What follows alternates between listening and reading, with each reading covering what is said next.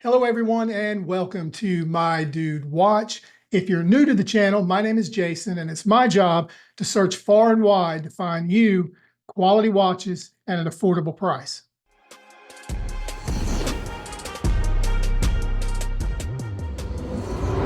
This is a prominent watch made by a Microbrand called Steeldive. Steeldive gets its inspiration from famous watches of the past, then they produce their own version of these classic timepieces. So today we have a treat for you. We're going to bring you a comprehensive breakdown of Steeldive's homage of the legendary Seiko 6105, also known as the Captain Willard.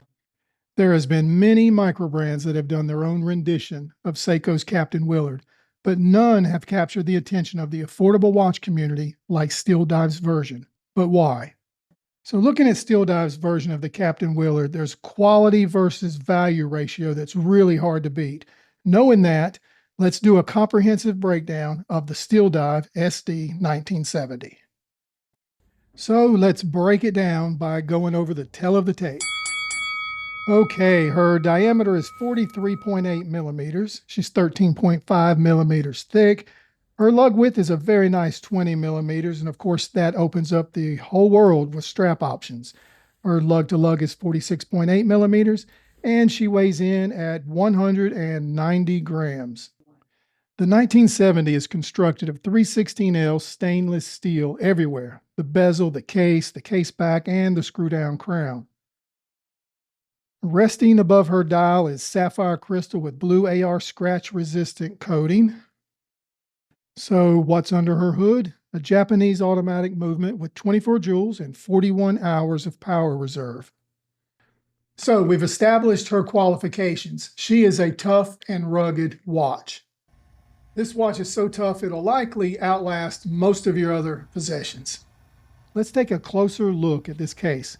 The case has a very unusual shape and it can be menacing to some, yet when you catch the 1970 at the right angles, it has a sense of elegance. It shows a softer side, it's lean, yet masculine. Note the polished flanks. Now follow that bevel that runs down the side and it kind of disappears underneath the watch. This high polish is great for light play, yet it's going to catch a ton of fingerprints. Looking above the bevel, you'll see that the case is brushed and it carries over to the top of the lugs. This detail work is a big improvement over previous versions of the Captain Willard. The Captain Willard has a 200-meter water resistance level thanks to a solid build quality, a screw-down case back, and a threaded crown. This crown is fantastic quality. It kind of snaps outward as you're unscrewing it. The crown doesn't wobble or get off-centered at all. It's beautifully etched. It really looks great. Also take note of the crown protectors on either side. It's a tremendous amount of protection, yet it doesn't interfere with the operations at all. The case back of the Willard is simplistic in its appearance with just lightly etched Steeldive logo, and it's got some basic specs around the edge.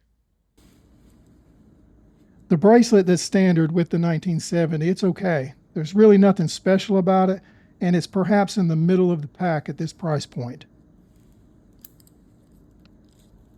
So truthfully, it is somewhat better than I expected. When you spread the money around a watch like this that provides so much value, there has to be somewhere an affordable watch company has to cut back on. I expected it to be the bracelet, but they did well considering that. The bracelet has solid links throughout, push pins for adjusting and resizing, and to be fair to Steeldive, I did expect a pressed clasp, and although it is signed, it wouldn't cost that much more to have upgraded the clasp. So we are off to a really good start with the 1970. Now let's turn our attention to the dial. The printed text on the dial is clean and efficient, with the Steeldive logo at the usual position just below the 12 o'clock. Above the marker at 6, you will find the word automatic, with the depth rating of 200 meters just below that, both printed in white and red. The markers are applied both evenly and consistently. There's a double marker at the 12 o'clock with larger ones at the 6 and 9. I like the minute tracker around the circumference of the dial. The white markers offer a nice contrast to the black matte dial. Looking at the hands, they're fairly basic, but they also are full of lume. I do kind of wish the hands offered a little more in the way of aesthetics, but I'm not complaining. And looking at the hands, there's silver gray border around the embassies. The second hand has a stoplight effect with a red circle at the end, and let's not forget the inclusion of a date window at the 3 o'clock position. So let's take a look at the bezel and give it a test drive. The first thing you'll notice about the bezel is it stands fairly tall. It's not imposing or anything like that, but you can certainly tell it's the center attraction. I like this coin edge grip. This allows for additional ease when grasping it. It comes with a ceramic bezel insert and it's extremely well built. Let's have a listen to the crown. And the sound of the clicks is very satisfying. This is how it should click along. It's a 120 click rotational bezel and the resistance is very nice. There's no gritty feeling like some bezels give you. This one is operationally sound and has no backplay at all.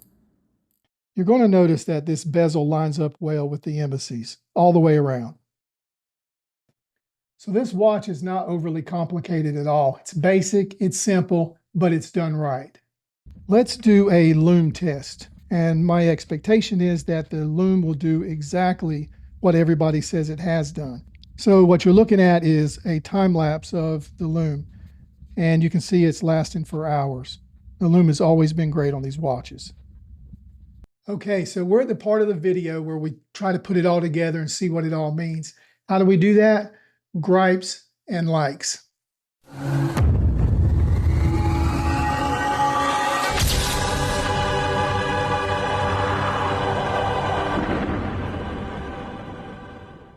So I don't really have any gripes, but I do have a few observations. The first one is the hands on the 1970 are pretty basic. I wish they were a little more aesthetically pleasing. Number two, I think Steeldive should have upgraded the clasp. I know myself, I would have paid a little extra for a better clasp. And now the likes. One is I really like the crown guards. They do a great job at protecting the crown, but yet it's still easily operational. Number two, bezel operations. It's got the exact perfect amount of tension and it stays in place once you stop rotating. Nearly flawless. Number three, I like the toughness of the case. It's solid, it's rugged, and the unusual shape screams toughness. And number four, I really like what Steeldive has done on such a small budget and the value that they have packed in this watch.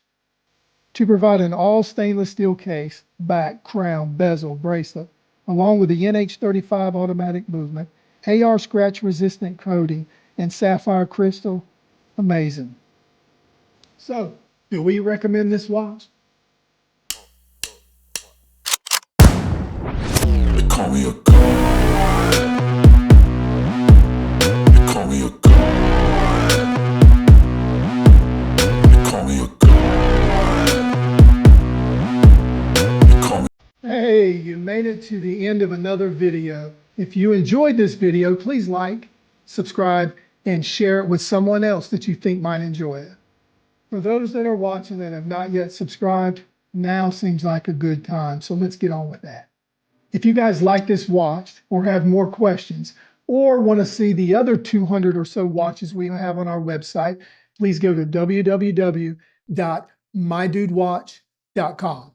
So thanks for watching. My name is Jason, and I'll see you soon. Oh, wait, almost forgot. Dudes can't be late.